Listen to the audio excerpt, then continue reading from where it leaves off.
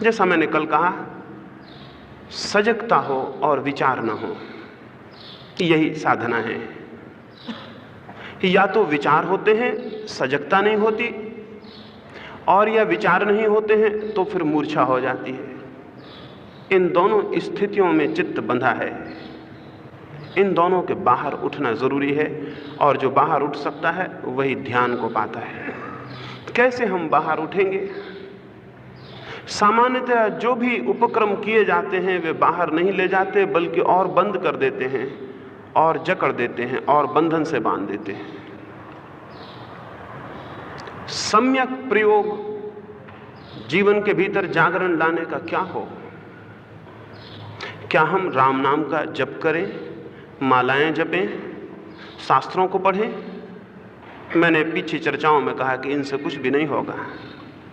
मैंने ये भी कहा कि बहुत से रास्ते हैं जिनसे हम अपने को मूर्छित कर लेते हैं, बेहोश कर लेते हैं, किसी भांति इंटॉक्सिकेट कर लेते हैं, और फिर उन्हीं में अपने जीवन को गंवा देते हैं। उनसे भी कुछ नहीं होगा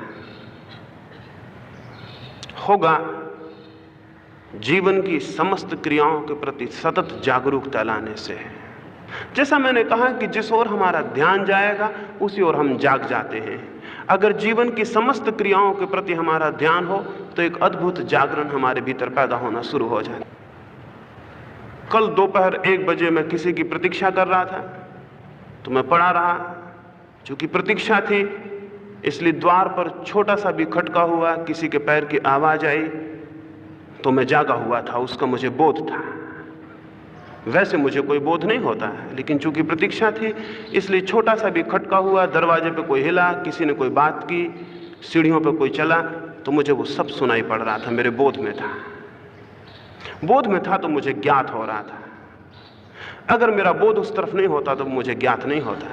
इसलिए मैंने कहा कि ध्यान की धारा जिस ओर हो वहां हमारा बोध जग जाता है। अगर ध्यान की धारा जीवन के समस्त क्षणों में जाग जाए तो हमें आत्मबोध पैदा हो जाता है। अगर खंडित रूप से ध्यान की धारा किसी तरफ जगे तो हमें परबोध होता है। अगर अखंड रूप से ध्यान की धारा जग जाए तो हमें स्वयं बोध हो जाता है। एक छोटी सी कहानी से अपनी चर्चा को मैं पूरा शुरू करूं, उससे आपको समझ में आ सके कि मेरा बोध से, ध्यान से क्या अर्थ और क्या प्रयोजन है। वहां पूरब के मुल्कों में, विशेषकर जापान में, तलवार चलाना और तलवार चलाने की कुशलता सीखने के लिए विद्यालय होते हैं। कभी हमारे मुल्क में भी होते थे। उन विद्यालयों पर लिखा होता है हाउस ऑफ गॉड। ये बिल्कुल ही पागलपन की बात है। जहां तलवार चलाना सिखाते हैं वहां विद्यालय पे लिखे रहते हैं ईश्वर का घर, परमात्मा का मंदिर। हमको भी हैरानी होगी कि अंदर तलवार चलाना सिखाते हैं और बाहर दरवाजे पे लिखे रहते हैं ईश्वर का घर। लेकिन मैं आपसे कहूं, अगर कोई तलवार चलाना ठीक से सीख जाए तो ईश्वर के घर के करीब पहुंच जाता है। क्यों पहुंच जाता है? क्योंकि तलवार चलाने वालों को बड़ा होश रखना पड़ता है, और अगर होश पूरा पूरा जग जाए तो तलवार चलानी भी आ जाती है और ईश्वर की तरफ पहुंचने का रास्ता ही बन जाता है। इसलिए उन लोगों ने तलवार चलाने वाले घरों के ऊपर लिखा हुआ है हाउस ऑफ गॉड। एक ऐसे ही प्रभु के मंदिर में जहां तलवार सिखाई जाती थी, एक नया युवक जाके दीक्षित होना चाहता था। वो गया। उस समय का जो बहुत बड़ा गुरु था तलवार सिखाने वाला, उसके पास गया और कहा कि मैं दीक्षित होना चाहता हूं और मुझे भी ये कला सीखनी है। उसके गुरु ने कहा, कितने दिन मेरे यहां रुक सकोगे? उस व्यक्ति ने कहा, बहुत जल्दी है मुझे, बहुत से बहुत वर्ष भर रुक सकता हूं। तो उस आदमी ने, उसके गुरु ने कहा कि वापस लौट जाओ। लकड़ी की एक तलवार से उसके ऊपर हमला किया, पीछे से एकदम से हमला किया। वो घबरा गया, चौंक के खड़ा हो गया। उसने कहा, ये क्या करते हैं? उसके गुरु ने कहा, पाठ शुरू किया। अब ध्यान रखना, मैं कभी भी हमला कर सकता हूं। तुम कोई भी काम करोगे मैं कभी भी हमला कर सकता हूं। और फिर हमले होने शुरू हो गए। वो रोटी बना रहा है और पीछे से आके गुरु उसका लकड़ी की तलवार से हमला कर देगा। वो कचरा झाड़ रहा है, पीछे से हमला हो जाएगा। वो सो रहा है, हमला हो जाएगा। 24 घंटे कहीं से भी हमला हो सकता है। क्या हुआ उसके भीतर? उसके हाथ में कोई तलवार नहीं है, बचने का कोई उपाय नहीं। उसने अपने गुरु से कहा कि मुझे भी तलवार दें। गुरु ने कहा, भी तलवार क्या करोगे? पहले बोध आ जाए तो तलवार काम की होगी। जरा कल्पना करें, अगर आपके पीछे कोई इस तरह की स्थिति हो कि आप सो रहे हैं, कोई हमला कर दे, आप खाना बना रहे हैं, कोई हमला कर दे, आप खाना खा रहे हैं, कोई हमला कर दे, 24 घंटे वो सजग रहने लगा, 24 घंटे उसे बोध रहने लगा कि हमला होता है, किसी भी क्षण हमला हो सकता है। ऐसा दिन बीतने लगे, उसके भीतर एक नई चेतना की स्थिति बनने लगी, उसका ध्यान पूरे वक्त इस बात पर रहने लगा कि हमला होने को है। धीरे धीरे यह हुआ कि हमला गुरु कर रहा है और वो एकदम चौंक के खड़ा हो जाएगा। अभी हमला हुआ नहीं, वो इस तरफ देख रहा है, पीछे हमला होने को है, और वो सजग हो जाएगा और चौंक के खड़ा हो जाएगा। गुरु प्रसन्न हुआ, उसने कहा कि कुछ पाठ में गति हो रही है। 3 वर्ष बीतते बीतते यह हालत हो गई कि वो ऐसा बैठा हुआ है, हमला होगा तो वो हाथ पहले से बढ़ा देगा। 3 वर्ष बीतते बीतते बोध ऐसा सजग हुआ कि अब उसे हर वक्त बोध है कि क्या हो सकता है। वो एकदम जागा हुआ है, उसका होश है। क्योंकि जो लोग तलवार की कला में कुशल होते हैं, ये नहीं कहा जा सकता कि दूसरा तलवार मारने वाला कहां तलवार मारेगा। उसकी तलवार मारने के पहले आपकी तलवार पहुंच जानी चाहिए बचाने को, नहीं तो आप बच नहीं सकेंगे। जब कोई तलवार से लड़ता है तो ये नहीं कहा जा सकता कि तलवार का हमला कहां होगा, और अगर उस हमले के पहले आपका बचाव नहीं है तो आप फिर नहीं बच सकते। हमले के पहले बचाव का मतलब हुआ बोध इतना तीव्र होना चाहिए कि उसके भीतर इच्छा पैदा हो कि हमला करे, और आपके भीतर इच्छा का अनुभव हो जाए कि हमला कहां होने को। नहीं तो कोई तलवार चलाना नहीं सीख सकता। तो उसे बोध, उसे सजगता। उसने 3 वर्षों के बाद सोचा कि मुझे तो इतना परेशान किया जा रहा है। वो नींद में भी उसका होश रहने लगा। नींद में भी गुरु हमला करता था तो एकदम चौंक के बैठ जाता। उसने कहा कि मैं भी तो देखूं, ये बूढ़ा मुझे इतना परेशान कर रहा है, इसका बोध कैसा है। 3 वर्ष पूरे होने पर गुरु लेटा हुआ था। एक दिन सुबह कोई 5 बजे होंगे, वो गया और उसने हमला किया गुरु पर। वो अपनी लकड़ी उसने हाथ में उठाई है कि उसके गुरु ने आंखें बंदी किए ही कहा, ठहरो। बहुत हैरान हो गए। उसने कहा कि ये क्या, अभी तो आप तो आंख बंद किए पड़े हैं। गुरु ने कहा कि अगर बोध बहुत सजग हो तो तुम्हारे भीतर जो विचार की भी थिरकन होती है वो भी पकड़ में आ जाती है। अगर बोध बहुत सजग हो तो दूसरे के भीतर जो विचार सरकता है उसकी पदध्वनि भी सुनी जाती है। अगर बोध बहुत सजग हो तो दूसरे के भीतर जो भाव की लहर चंचल होती है उसकी प्रतिध्वनि भी आ जाती है। बोध पर सब निर्भर है। बोध का अर्थ क्या हुआ? बोध का अर्थ हुआ सतत जागा हुआ होना। हम तो सारे लोग सोए हुए हैं। वो युवा जाग गया। उसने गुरु से कहा कि अब तलवार चलाना कब सीखूंगा? उसने कहा तुम जाओ, तुम सीख गए। एक पाठ नहीं दिया तलवार चलाने का। उसने कहा तुम जाओ, तुम सीख गए। अब तुम्हें तलवार चला के कोई पराजित नहीं कर सकता। अब तुम्हारा बोध सजग है, और यही जीवन की कला भी है।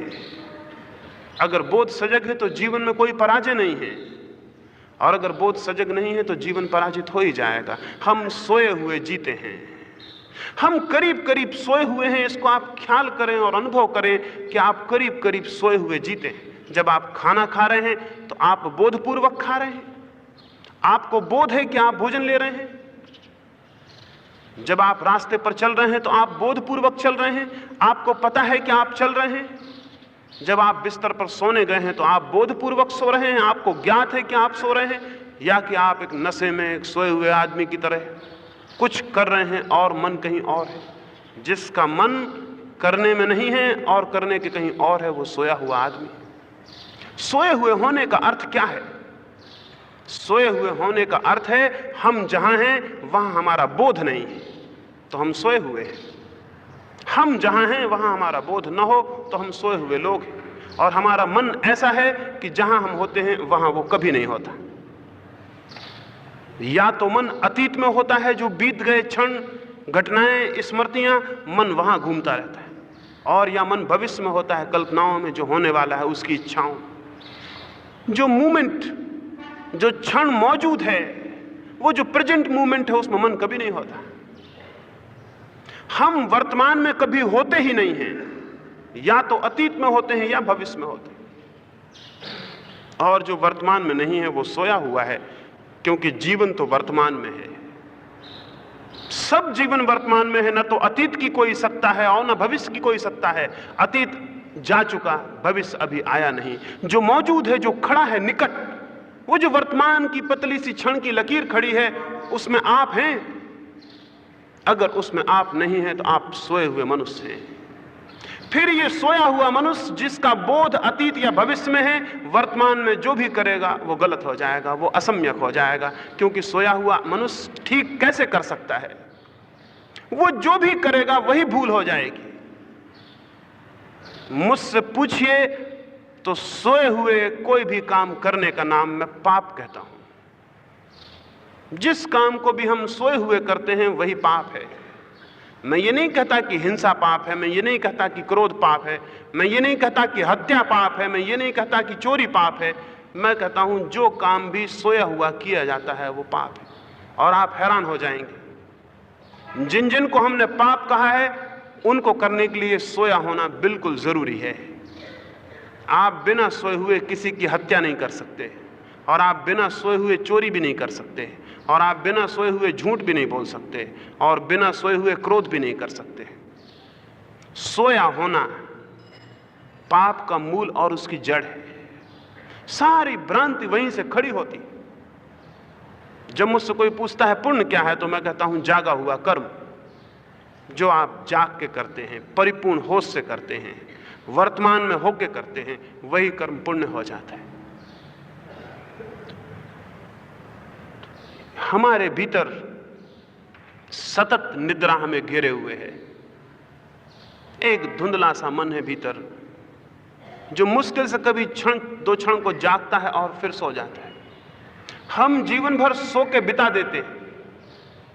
इस सोए हुएपन को तोड़ देना होगा, ये मूर्छा को तोड़ देना होगा। ये मूर्छा कैसे टूटेगी?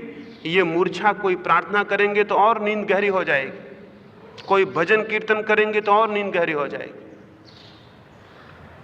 किसी मंदिर में चले जाएंगे तो और नींद गहरी हो जाएगी, किन्हीं शास्त्रों को याद कर लेंगे तो और नींद गहरी हो जाएगी। मूर्छा उनसे नहीं टूटेगी।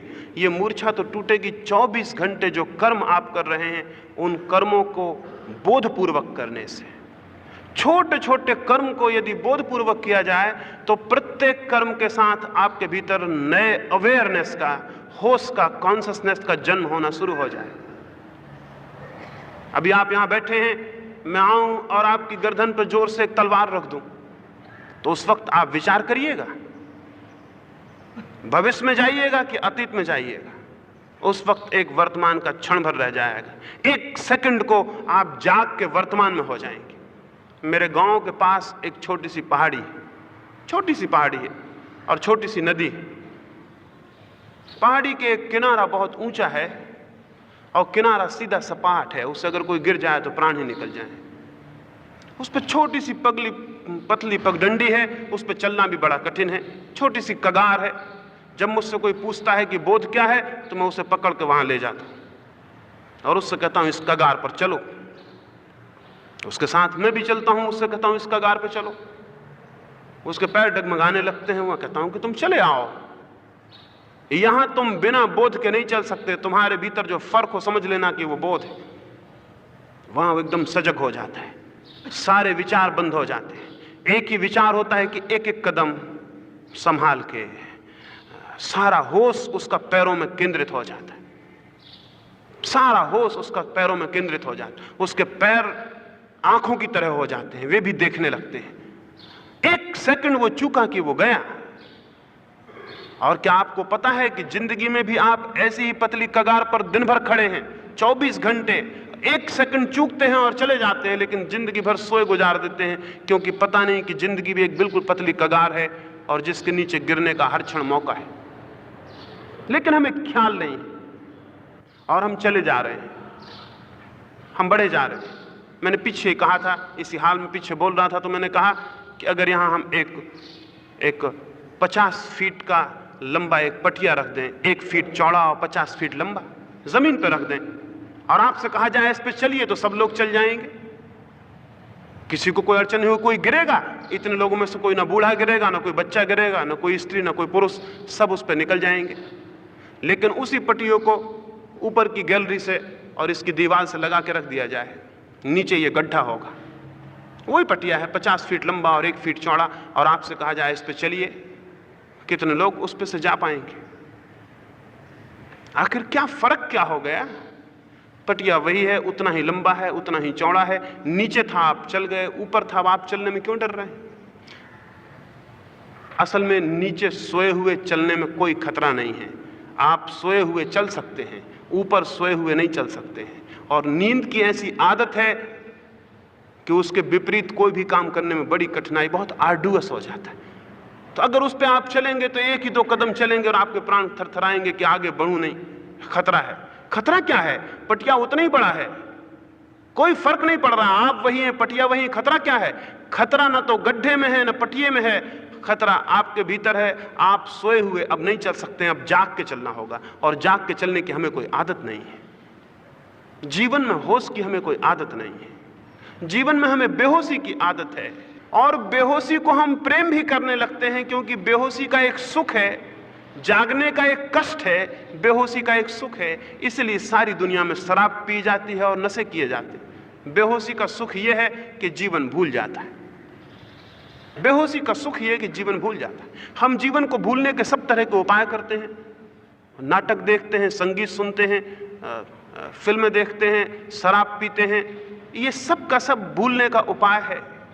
किसी भांति हम अपने जीवन को भूल जाएं, सो जाएं, हमें नींद पूरी आ जाए तो जीवन में कोई तकलीफ नहीं है। अधिकतम लोग सोना पसंद करते हैं जागने की बजाय, अधिकतम लोग भूलना पसंद करते हैं होश की बजाय। असल में अधिकतम लोग मरना पसंद करते हैं जीने की बजाय।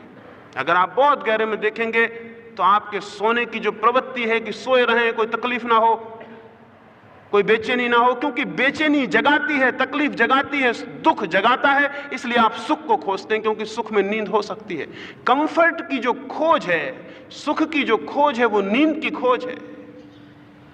इसको समझ लेना चाहिए कि जितना आप सुख खोज रहे हैं, किस लिए खोज रहे हैं? क्योंकि सुख में जागने की ज्यादा जरूरत नहीं रहती। और यही वजह है कि जो लोग सामान्यतः सुख में रहते हैं, उनके भीतर कोई प्रज्ञा, कोई विवेक कभी नहीं जगता है। जीवन में प्रज्ञा और विवेक का जन्म दुख में होता है, सफरिंग में होता है। क्यों? क्योंकि सफरिंग में सोया नहीं रह सकते आप, जागना पड़ेगा, होश रखना पड़ेगा। पीड़ा जगाती है और आराम सुलाता है। हमारी सबकी खोज आराम की खोज है। आराम की खोज अगर ठीक से समझें तो जागने के विरोध में है। हम सोए होने के पक्ष में हैं, और जो आदमी सोए होने के पक्ष में है, अगर बहुत ठीक से सोचेगा तो उसका लॉजिकल, उसका तार्किक अंत है कि वो आदमी मरने के पक्ष में है, क्योंकि मृत्यु तो बिल्कुल सो जाना है। जीवन को तो वही उपलब्ध होगा जो जागरण के पक्ष में हो। इसलिए जो मैंने पहले दिन कहा था कि हमारी मृत्यु की तरह है ये जिंदगी, ये इसलिए मृत्यु की तरह है कि हम सोए हुए हैं। अगर आप जीवन को जानना चाहते हैं तो जागना होगा, और जागने के लिए कोई ऐसा नहीं है कि कभी मंदिर चले जाएं, आधा घड़ी को जाग जाएं। जागना होगा 24 घंटे। इसलिए तपश्चर्या अखंड है, खंडित नहीं है कि आपने 10-5 मिनट कर ली, क्या आपने समय पर कर लिया और निपट गए।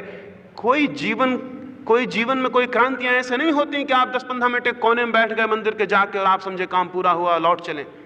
जीवन अखंड है, तपश्चर्या अखंड है, प्रति क्षण उसे साधना होगा। तपश्चर्या से कोई छुट्टी, कोई हॉलीडे नहीं होता। ऐसा नहीं होता कि 2 घंटे तपश्चर्या कर ली और फिर छुट्टी हो गई, 24 घंटे में 23 घंटे तपश्चर्या कर ली, 1 घंटा छुट्टी मना ली। तपश्चर्या से कोई छुट्टी नहीं है, कोई अवकाश नहीं है, 24 घंटे है। जागते हैं, धीरे धीरे सोते हुए भी है, धीरे धीरे 24 घंटे चेतना पर काम करना है। और चेतना पर काम करना तभी होता है जब हम बोध को क्रमशः जगाएं।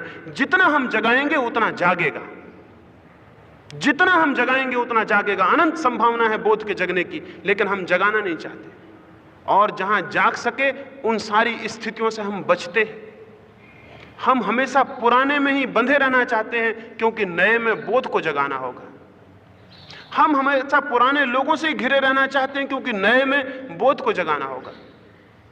हम हमेशा पुरानी स्थितियों को ही पकड़े रहते हैं, कोई नई स्थिति आएगी तो बोध को जगाना होगा। हम हमेशा पुरानी आदतों में जकड़े रहते हैं, क्योंकि आदतें छोड़ेंगे तो बोध को जगाना होगा। जिस आदमी को बोध को जगाना हो उसे अपने चित्त को बहुत आदतों में बांधने की आवश्यकता नहीं है, क्योंकि आदतें मुर्दा हो जाती हैं और आदमी उन्हें सोए हुए करने लगता है। आप रोज ठीक वक्त पे खाना खा लेते हैं, ठीक वक्त पे सो जाते हैं, ठीक वक्त पे उठाते हैं, धीरे धीरे ये सब मैकेनिकल हो जाता है, ये सब यांत्रिक हो जाता है। ठीक वक्त पे प्रार्थना कर लेते हैं, ठीक वक्त पे बच्चों को प्रेम कर लेते हैं, ठीक वक्त पे दफ्तर हो आते हैं, धीरे धीरे आप एक मुर्दा आदमी हो जाते हैं, आदतों के पुंज हो जाते हैं, आपके भीतर सहज जागा हुआ कुछ भी नहीं रह जाता। और अगर जागा हुआ कुछ भी नहीं है तो आप स्मरण रखें, आपको जीवन से कोई संबंध नहीं हो सकता। तो जागने के लिए कुछ करना होगा, सतत करना होगा। लोग मुझसे पूछते हैं क्या करें, वे मुझसे पूछना चाहते हैं कोई छोटी मोटी तरकीब हो, वो बता दी जाए, उनका चित्त शांत हो जाए, वो परमात्मा को पालें। ऐसा नहीं है, ऐसा बिल्कुल नहीं है, कोई छोटी मोटी तरकीब नहीं है। कल ही मुझे किसी ने पूछा कि कोई शॉर्टकट होना चाहिए, कोई शॉर्टकट नहीं है, कोई छोटा सा रास्ता होना चाहिए कि हम जल्दी से परमात्मा पर पहुंच जाएं। कोई ऐसा रास्ता नहीं है, और अगर कोई कहता हो कि ऐसा रास्ता है तो वह आपकी कमजोरी का शोषण करने का रास्ता निकाल रहा है। आपकी कमजोरियों का शोषण हो रहा है सारी दुनिया में। आप जल्दी से कोई रास्ता चाहते हैं, एक आदमी कहता है ये ताबीज बांध लो, भगवान मिल जाएंगे, क्योंकि आप में कमजोरी है, वो ताबीज से आपका शोषण कर लेता है। आप कहते हैं मैं जल्दी भगवान चाहिए, वो कहता है कि चलो यज्ञ कर दो, मंदिर बनवा दो, धर्मशाला बनवा दो, सब ठीक हो जाएगा। वो कहता है जाओ गंगा में नहा लो, सब ठीक हो जाएगा। वो आदमी आपका गुरु हो जाता है, क्योंकि उसने आपकी कमजोरी को पहचान लिया, उसकी शोषण की तरकीब निकाल ली, आप मूर्ख बना दिए गए। कोई रास्ता नहीं है छोटा, छोटा रास्ता कैसे हो सकता है? परमात्मा को पाने का रास्ता एक ही है, न छोटा है न बड़ा है, और वो है जीवन में अखंड बोध को, स्मरण को, माइंडफुलनेस को, होश को, अमूर्छा को साधना। 24 घंटे उठते बैठते आपका कोई भी क्रम, कोई भी काम, कोई भी कर्म, कोई विचार की हल्की सी परत भी आपके अनजाने ना हो, लेकिन आपका सब अनजाने हो रहा है। अगर आप देखें, एक आदमी बैठा है कुर्सी पे, अपने पैर को हिलाया जा रहा है, उससे पूछिए कि पैर क्यों हिला रहे हैं, वो एकदम पैर को रोक लेगा। जैसे आप पूछेंगे पैर को क्यों हिला रहे हैं, उसका बोध पैर की तरफ जाएगा, वो खुद ही समझेगा ये क्या एब्सर्ड फिजूल का काम कर रहा हूं कि मैं पैर को हिला रहा हूं। वो एकदम से रोक लेगा और वो कहेगा मुझे कुछ पता नहीं, ऐसे ही कर रहा था, ऐसे ही हो रहा था। ये क्या पागलपन है कि ऐसे ही हो रहा था? आपका पैर है और आपके बिना जाने हिलता है और आप कहते हैं कि ऐसे ही हो रहा था। और जिस आदमी का पैर उसके बिना जाने हिल रहा है, उसके जीवन में बहुत कुछ बिना जाने होता होगा, स्वाभाविक। उसके जीवन में बहुत कुछ बिना जाने होता होगा, अनजाने उसके जीवन में बहुत सी बातें होंगी। अगर आप अपने पिछले जीवन को स्मरण करें तो मैं आपसे पूछूं, आपने क्रोध जान के किया है? तो आपको पता चलेगा कभी जान के नहीं किया। आपने जिन लोगों से मित्रता की है जान के की है, या जिन लोगों से शत्रुता की है जान के की है? जिन बातों को आप पसंद करते हैं उनको जान के पसंद करते हैं, और जिन बातों को नापसंद करते हैं उनको जान के नापसंद करते हैं। आप पाएंगे आपकी कोई पसंद, कोई नापसंद, कोई मित्रता, कोई शत्रुता, कोई भी जान के नहीं है। आप बिल्कुल वैसे जैसे एक आदमी कुर्सी बैठ के पैर हिला रहा है, ऐसे जिंदगी भर पैर हिलाते रहते हैं, और ये सारे काम आपके बिल्कुल अनजान में हो रहे हैं। आप बिल्कुल सोए हुए किए चले जा रहे हैं। अगर कोई पकड़ के जोर से पूछे, आप अपने किसी एक भी काम का ठीक ठीक अकाउंट नहीं दे सकते कि ये मैंने क्यों किया। एक भी काम का आप ठीक ठीक ब्यौरा नहीं दे सकते कि ये मैंने, क्योंकि आपने जान के नहीं किया है, आपसे हुआ है, आपने किया नहीं है। बुद्ध एक गांव के करीब से निकले थे और कुछ लोगों ने उन्हें गालियां दी, अपमान किया, तो बुद्ध ने कहा, मित्रों मैं जाऊं, मुझे दूसरे गांव जल्दी पहुंचना है, अगर तुम्हारी बातचीत पूरी हो गई हो तो मुझे जाने की आज्ञा दो। उन्होंने कहा, बातचीत? हमने गालियां दी हैं और अपमान किया है, इसका उत्तर चाहिए। बुद्ध ने कहा कि जान के गालियों का कभी कोई आदमी उत्तर नहीं दे सकता, अजान में उत्तर दे सकता है, और वो उत्तर दिया हुआ नहीं होता, उत्तर आता है, यानी उसमें वो आदमी सजग नहीं होता, यांत्रिक होता है। उधर से गाली आई, इधर धक्का लगा, दूसरी गाली यहां से निकल गई, वो आदमी बिल्कुल मशीन की तरह काम करता है। आपने बटन दबाई, पंखा घूमने लगा, आपने बटन बंद की, पंखा बंद हो गया। मैंने आपको गाली दी, आपके भीतर चित्त घूमने लगा, क्रोधित हो गया, आपने मुझे गाली दे दी। जो आदमी दूसरे के गाली देने से बिना विचारे, बिना होश में भरे गाली का उत्तर दे रहा है, वो आदमी मशीन है, वो अभी मनुष्य है ही नहीं, वो सोया हुआ आदमी। आपसे सब गालियां इसी तरह निकल रही हैं। बुद्ध ने कहा कि पहले ऐसा होता था कि कोई मुझे गाली देता था तो मेरे भीतर से भी गाली निकलती थी, अब तो मैं जाग गया हूं, अब तो मैं जाग गया हूं, इसलिए ना तो तुम्हारी गाली मेरे बिना बोध के मेरे भीतर प्रवेश कर सकती है, सारे द्वारों पर मेरी चेतना बैठी हुई। तुम्हारी गाली मेरे भीतर आती है तो मैं जानता हूं गाली भीतर आ रही, और जैसे मैं जानता हूं गाली भीतर आ रही, गाली एकदम समाप्त हो जाती, धुआं हो जाती। अनजाने गाली भीतर घुस जाए तो परेशान करती है, जान के घुसे तो परेशान कर ही नहीं सकती। बुद्ध ने कहा तुम्हारी गाली ऐसे है जैसे कोई अंगारे को पानी की तरफ फेंके, जब तक वो पानी से दूर होता, अंगारा होता, पानी में गया, राख हो जाता है। ऐसे ही मेरे भीतर जो बोध की शीतलता पैदा हुई है, तुम्हारी गाली जब तक मुझ तक नहीं आती तब तक गाली होती है, मुझे छूते से, मेरे बोध को छूते से ठंडी और राख हो जाती। अब मैं किसका उत्तर दूं, और उत्तर कैसे दूं?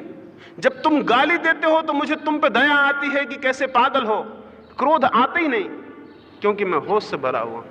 जब मैं बेहोश था तो मुझे क्रोध आता था, दया नहीं आती थी। एक आदमी मेरे पास आए, उसे बहुत सी बीमारियां हो तो मुझे क्रोध आएगा कि दया आएगी? एक आदमी मेरे पास आए, क्रोध में आए, वो भी मानसिक बीमारी है, तो मुझे क्रोध आना चाहिए कि दया आनी चाहिए? एक आदमी मुझे गाली दे तो मुझे दया आनी चाहिए कि क्रोध आना चाहिए? अगर मैं होश में हूं तो दया आएगी, और अगर मैं बेहोश हूं तो क्रोध आएगा। तो जीवन में सतत सारे क्रम जो हम कर रहे हैं, जो हमसे हो रहे हैं, कुछ भी हमसे ऐसा नहीं होना चाहिए। एक गुरजेफ हुआ, वो एक तिफलिस में, रूस के गांव में गया हुआ था। वहां कुछ उसके शत्रु थे, उन्होंने उसे बाजार में घेर लिया और उसका बहुत अपमान किया, बहुत अपमान किया। जैसा ये बुद्ध को गालियां दी वैसी गालियां उसे दी। गुरजेफ ने कहा कि मैं कल आके इसका उत्तर दूंगा। तो उन लोगों ने कहा कि कल? कोई गालियों का उत्तर कल आके देता है? अगर हिम्मत है तो अभी दो। उसने कहा हिम्मत तो बहुत है लेकिन बोध भी है, हिम्मत तो बहुत है लेकिन बोध भी है। हो सकता है तुमने जो गालियां दी वो ठीक ही हो, तो जरा सोच लूं, समझ लूं, विवेक को जगा लूं, अगर लगा तो उत्तर देने आऊंगा, अगर ना उत्तर देना समझना कि तुमने जो कहा था ठीक ही कहा था। गुरजेफ ने लिखा है कि जब मेरा पिता मरने लगा तो उसने मुझे अपने करीब बुलाया, तब मेरी उम्र कोई 11 वर्ष की थी और वो कोई 110 वर्ष का हो गया था।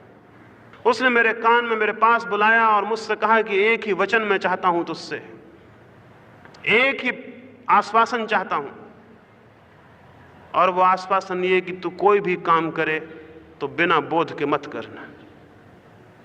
और गुरजेफ ने लिखा, उसने उस एक आश्वासन में मेरा सारा जीवन बदल दिया कि जो भी काम करना है बोध से करना है, होश से करना है, ध्यान पूरा वहां हो। ध्यान कहीं और हो और काम हुआ तो जीवन में भूल हो जाती है और आदमी गिरता है। ध्यान वहीं हो तो भूल असंभव है। विनोबा नए नए गांधी के पास पहुंचे थे, तो विनोबा सूत काटते हैं, वो शायद उनसे अच्छा सूत का और चरखे का जानकार कोई भी नहीं है, और गांधी तो कहते थे वो आचार्य हैं। लेकिन विनोबा का चरखा भी उन्होंने बहुत अच्छा बना लिया था, पौनी भी बहुत अच्छी बना ली थी, काटते भी बहुत होशियारी से थे, लेकिन फिर भी धागा टूट टूट जाता था। तो उन्होंने गांधी को पूछा कि मेरा चरखा आपसे बेहतर है, मेरी पौनी आपसे बेहतर है, काटने सूत को निकालने का जहां तक संबंध है मेरी जानकारी आपसे कम नहीं, सूत मेरा आपसे बारीक, ज्यादा सधा हुआ और एक सा और समान है, लेकिन आपका सूत टूटता नहीं, मेरा सूत टूट क्यों जाता है? गांधी ने कहा तुम्हारा ध्यान कहीं और चला जाता होगा। जब तुम सूत को काटते हो तो सूत तो बारीक, पतली और कच्ची चीज है, अगर ध्यान कहीं और चला गया तो हाथ धीमा सा झटका खा जाता है और सूत टूट जाता है। अगर ध्यान वहीं सूत पर ही रहे, सूत के साथ ही ऊपर आए और सूत के साथ ही नीचे जाए, और ध्यान की धारा सतत सूत के साथ ही ऊपर नीचे होती रहे, तो सूत कैसे टूटेगा? इसलिए गांधी कहने लगे कि चरखा काटना ही प्रार्थना है। प्रार्थना हो गई अगर ध्यान है तो। अगर बुहारी घर में लगाई और ध्यान पूर्वक लगाई कि बुहारी के साथ ही ध्यान आगे जाए, बुहारी के साथ ही ध्यान पीछे लौट आए, तो बुहारी लगाना ध्यान हो गया, प्रार्थना हो गई। जीवन का हर काम प्रार्थना और परमात्मा के पहुंचने का मार्ग हो सकता है अगर उसके साथ बोध संयुक्त हो, और जीवन का हर काम नरक जाने का मार्ग बन जाता है अगर उसके साथ बोध संयुक्त ना हो। एक साधु था तिब्बत में, एक आदमी उसके पास आया और उसने कहा, और वह आदमी जो था तिब्बत में बड़ा प्रसिद्ध आदमी था, बहुत बड़ा सेनापति था, उसके दोनों तरफ तलवारें लटकी हुई थी। वह एक साधु के पास आया और उसने साधु को कहा कि क्या आप मुझे बता सकते हैं कि स्वर्ग जाने का मार्ग क्या है? उस साधु ने कहा, स्वर्ग? अपनी शक्ल तो देखो पहले, स्वर्ग जाने के लिए आ गए। वो था प्रसिद्ध सेनापति, सारे मुल्क में उसकी इज्जत और आदर थी, उसकी आवाज से लोग कब जाते थे। और वो जब बूढ़ा भी हो गया था, 90 वर्ष भी पार कर गया था, तब भी जब युद्ध का सवाल उठता था तो उसे बुलाया जाता था, इतना उसका आदर था। इतना बूढ़ा हो गया था कि घोड़े पर नहीं बैठ सकता था, 2 आदमी उसे उठा के घोड़े पर बिठालते थे। जब उसे घोड़े पे एक दफे बिठाला जा रहा था, 2 आदमी उसे उठा के बिठाल रहे थे, तो एक नया नया सैनिक आया था, वो हंसने लगा कि यह आदमी क्या सेनापति का काम करेगा जिसको बिठालने के लिए 2 आदमी घोड़े पर सहारा करते हैं। तो उस बूढ़े ने उसे बुलाया, इधर आओ। क्यों हंसे? उसने कहा, मैं इसलिए हंसा कि ये बूढ़ा क्या सेनापति का काम करेगा जिससे 2 आदमी घोड़े पे बिठालते हैं। उसने कहा, माना कि मुझे बिठालने के लिए 2 आदमियों की जरूरत है, लेकिन घोड़े से 2000 आदमी भी नीचे नहीं उतार सकते। उसने कहा कि माना कि मुझे बिठालने के लिए 2 आदमियों की जरूरत है, लेकिन घोड़े से नीचे उतारने के लिए 2000 आदमी भी काफी नहीं पड़ेंगे। ऐसा वो सेनापति था। तो वो उस फकीर के पास गया, उस फकीर ने कहा, अपनी शक्ल देखो, स्वर्ग जाने की बातें करने आ गए। उसको गुस्सा आ गया, उसका हाथ मूठ पे चला गया और उसने कहा, क्या खिलवाड़ कर रहा है कि मूठ तलवार, तलवार क्या बिगाड़ेगी मेरा? उसकी तलवार बाहर आ गई। तो गुस्से में आ गया और साधु ने कहा, क्या बचकानी बात कर रहा है, ये तलवार क्या करेगी, धार भी है। उसकी तलवार उसकी गर्दन पे चली गई। उस फकीर ने कहा, देख नरक जाने का रास्ता आ गया। उस फकीर ने कहा कि देख नरक जाने का रास्ता आ गया। जो उसने ये कहा कि देख नरक जाने का रास्ता आ गया, उसे एकदम से होश आया, तलवार उसने वापस ली, म्यान में डाली। उसने कहा, यही स्वर्ग जाने का रास्ता है। समझे ना आप? वो आदमी बोध खो दिया, क्रोध से उत्तप्त हो गया, मूर्छा पकड़ गई, तलवार बाहर निकल आई। ये बिल्कुल मैकेनिकल एक्ट था, वो तो रोज का धंधा था तलवार बाहर निकाल लेना। तलवार गर्दन पे चली गई। वो फकीर बोला, देख नरक जाने का रास्ता आ गया, नरक का द्वार खोल लिया। जैसे उसने कहा कि नरक का द्वार खोल लिया, वो समझा कि अरे उत्तर दिया गया जो मैंने पूछा था। होश वापस लौट आया, तलवार वापस म्यान में चली गई। उस फकीर ने कहा, यही स्वर्ग जाने का रास्ता है। होश जीवन में जो भी हो बोधपूर्वक हो, जीवन में कुछ भी अबोधपूर्वक और अज्ञान पूर्वक न हो तो क्या होगा? तो यह होगा कि आपको 24 घंटे अपने शरीर के भीतर एक ज्योति शिखा, एक विवेक की ज्योति अलग अनुभव होने लगेगी। क्रमशः आप अनुभव करेंगे, मैं अलग हूं। शरीर आपको खोल की तरह मालूम होने लगे। जैसे हम इस भवन में बैठे हुए हैं, तो मुझे ऐसा तो नहीं मालूम पड़ता कि मैं भवन हूं, मुझे मालूम पड़ता है कि मैं भवन में हूं। अगर बोध आपके भीतर जगेगा तो आपको लगेगा मैं शरीर में हूं। ये बिल्कुल साफ दिखेगा, दीवारें शरीर की अलग और आप भीतर अलग मालूम होने लगेंगे। जैसे कच्चा नारियल होता है ना, तो उसकी अंदर की गिरी उसकी खोल से जुड़ी और चिपकी होती है, और फिर पक्का नारियल होता है, उसकी गिरी और खोल अलग हो जाती है। एक मुसलमान फकीर था फरीद, उसको लोग नारियल चढ़ा देते थे जाके, और किसी ने आके पूछा कि जब क्राइस्ट को सूली पर लटकाया होगा तो उनको तकलीफ नहीं हुई, और जब मंसूर को लोगों ने काटा, जितना आपके भीतर होश जगेगा आपकी गिरी और खोल अलग अलग होने लगेगी। आप सूखे नारियल होने की तरफ बढ़ना शुरू हो जाएंगे। आपका शरीर अलग और आपकी चेतना आपको पृथक मालूम होने लगेगी। बोध में ही ये हो सकता है, अबोध में कैसे होगा? अबोध में तो कोई चीज पृथक नहीं मालूम हो सकती। जितना बोध गहरा होगा, आपकी आत्मा, आपकी चेतना शरीर से भिन्न, अर्थ अलग खड़ी हुई मालूम होने लगेगी। और वो जो शरीर से अलग है उसकी कोई मृत्यु नहीं है। उसे जानते ही अनंत जीवन के द्वार खुल जाते हैं। और वो जो शरीर से पृथक है, वो जो शरीर से भिन्न है, वो जो शरीर में है लेकिन शरीर ही नहीं है, वो जो शरीर के वस्त्रों को पहने हुए है लेकिन शरीर से अलग है, उसकी यात्रा बड़ी अलग है। शरीर का जन्म होता है, शरीर की मृत्यु होती है, उसका ना कोई जन्म है, उसकी ना कोई मृत्यु है। उस अनंत यात्री की तरफ जब आपका बोध धीरे धीरे विकसित होकर प्रवेश पाता है तो आपको कुछ नई बातों का अनुभव होता है। आपको अनुभव होता है कि आप एक दुनिया से मर गए और एक नई दुनिया में आपका जन्म हो गया। बोध के परिवर्तन से एक दुनिया गई और एक नई दुनिया का प्रारंभ हो गया। जो दुनिया थी उसका नाम संसार था, अब जो दुनिया है उसका नाम परमात्मा है। यह संसार ही परमात्मा हो जाता है, ये चारों तरफ फैला हुआ विस्तार ही ब्रह्म हो जाता है। ब्रह्म और परमात्मा और संसार और जगत अलग अलग बातें नहीं हैं। इसी सत्य को देखने के दो ढंग हैं। अज्ञान में, अबोध में जो दिखाई पड़ता है वो संसार है, बोध में, संचेतन में जो दिखाई पड़ता है वही परमात्मा है। परमात्मा और संसार दो नहीं हैं। हमारे भीतर अबोध हो तो बाहर संसार है, हमारे भीतर बोध हो तो सब परमात्मा है। और उस क्षण, उस घड़ी में आपके भीतर जो क्रांति और नया जन्म होता है वो आपको अपने मैं से मुक्त कर देता है।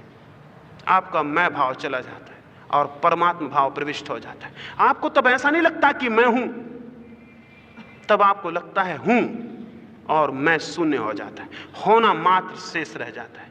आपको लगता है कि है, सत्ता है, लेकिन वो मैं विलीन हो जाता है। वो मैं तो शरीर के साथ जुड़े होने की वजह से पैदा होता है।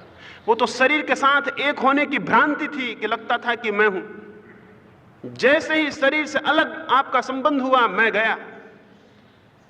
मैं की ही मृत्यु होती थी, अब मैं ही चला गया तो मृत्यु किसकी होगी? जो सत्य को जानता है वो मरने के पहले मर जाता है और इसलिए उसका मरना मुश्किल हो जाता है। लाओ से हुआ है, उसने कहा है कि धन्य है वे लोग जो मरने के पहले मर जाते हैं क्योंकि उनकी कोई मृत्यु नहीं होगी।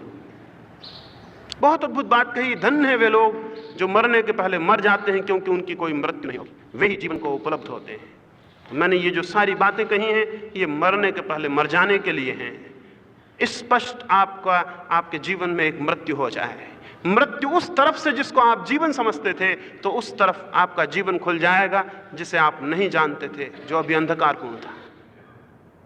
और ये बोध के माध्यम से होता है, अखंड बोध के माध्यम से होता है। जरूर लगेगा कि मेरी बात कठिन है, असल में जीवन में कुछ भी नहीं हो सकता जो कि मूल्यवान हो और कठिन ना हो। लगेगा कि मेरी बात, मुझे लोग जगह जगह पूछते हैं, सामान्य मनुष्य के हैसियत के बाहर है। ये बिल्कुल गलत है, ये किसी की हैसियत के बाहर नहीं है। और इस तरह के बहाने करके हम अपने ही हाथ से अपनी हैसियत कम कर देते हैं। ये सब बहाने हैं। हम अपने को सामान्य बनाने की कोशिश में लगे रहते हैं कि हम बहुत सामान्य आदमी, हमसे क्या होगा। आपसे ज्यादा विशेष न महावीर थे, न बुद्ध थे, न कोई कभी हुआ है। हर मनुष्य की उतनी ही गरिमा है जितनी किसी और की हो, लेकिन हम बहुत होशियार लोग हैं। हमने महावीर को बना दिया भगवान जिसमें कि हम सामान्य हो सके, बुद्ध को बना दिया अवतार ताकि हम सामान्य हो सके, क्राइस्ट को बना दिया ईश्वर पुत्र ताकि हम सामान्य हो सकें। हम इन सारे लोगों को अलग कर दिया अपने से ताकि हम सामान्य हो सकें और सो सकें, और हम कह सकें कि जागना तो कुछ विशिष्ट लोगों की बात है, हम तो सामान्य लोग हैं, हम कैसे जाग सकते हैं। कोई मनुष्य सामान्य नहीं है। लेकिन इसका पता आपको तब तक नहीं चलेगा जब तक कि बोध जगना शुरू ना हो जाए।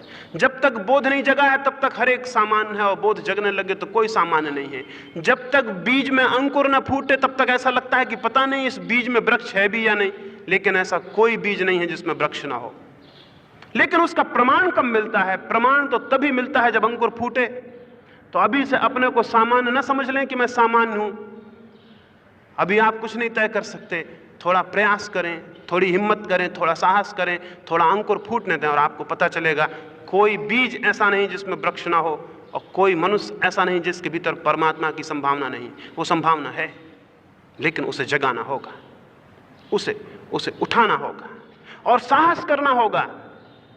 उस जीवन के प्रति जिन्हें हम सच समझे हुए हैं, उन बातों के प्रति जिन्हें हम बड़ी कीमत की समझे हुए हैं, मरना होगा।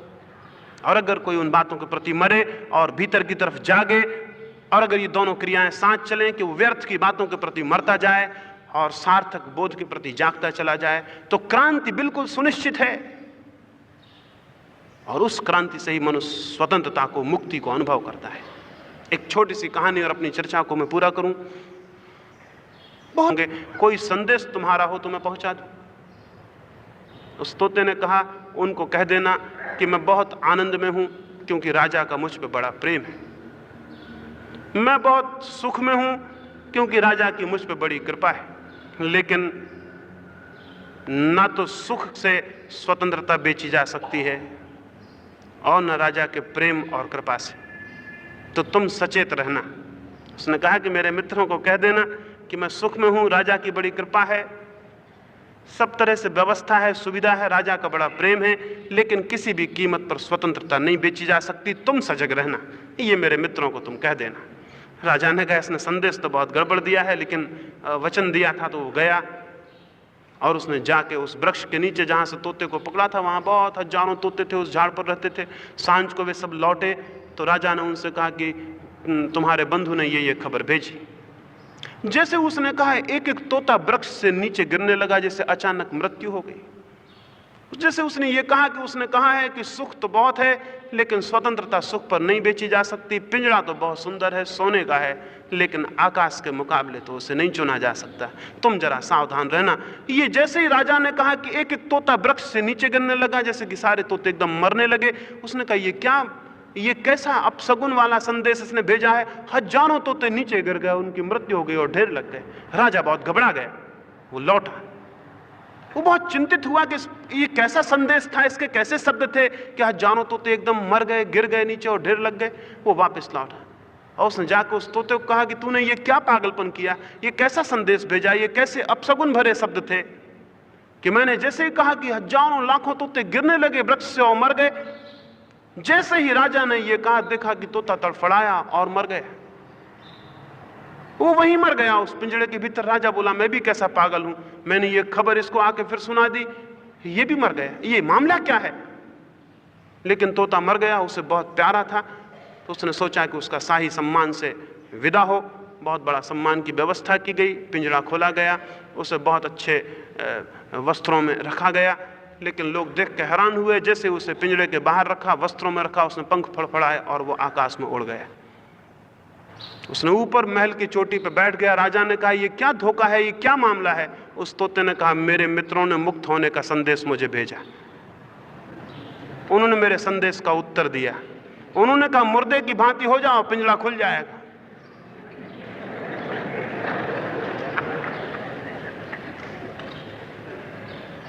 और यही संदेश है। और आज अंतिम विदा में यही आपको कहना चाहता हूं, मुर्दे की भांति हो जाएं तो जीवन मिल जाएगा। और कुछ अंत में मुझे नहीं कहना है। इतने दिन तक प्रेम से मेरी बातों को सुना है,